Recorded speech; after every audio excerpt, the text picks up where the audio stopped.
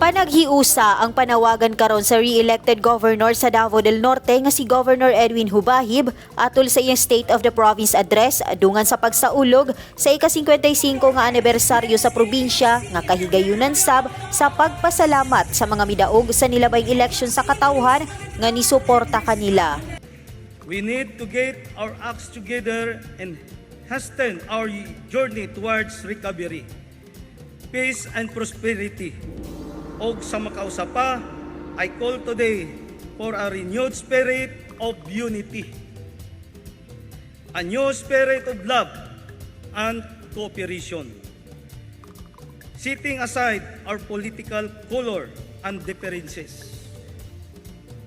with a deep sense of responsibility.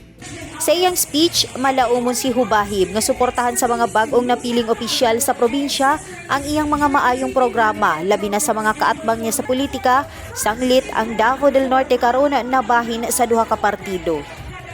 Malaumon usab ako alang sa suporta sa tanang elected opisyal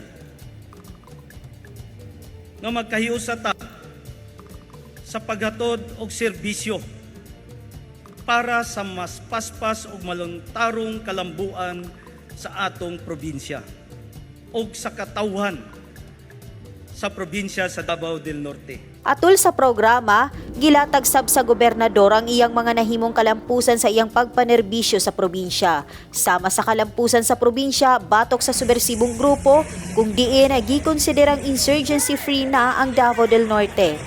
Alang sa inyong kasayuran, ang pag-antos nako pag-antos sa mga lagyong sinyo na walay kasada para matubag ang panginahanglan sa atong mga kaigsunan ng mga NPA. Karon aduna na sila'y kasada, aduna'y panginabuhian, aduna na sila'y iskilahan, aduna na sila'y health center, aduna na nakatiman nila, nahimo na silang kabahin sa serbisyo sa gobyerno. Maunay na hinungdan nga ang atong probinsya nila na first cleared province and free atong insurgency.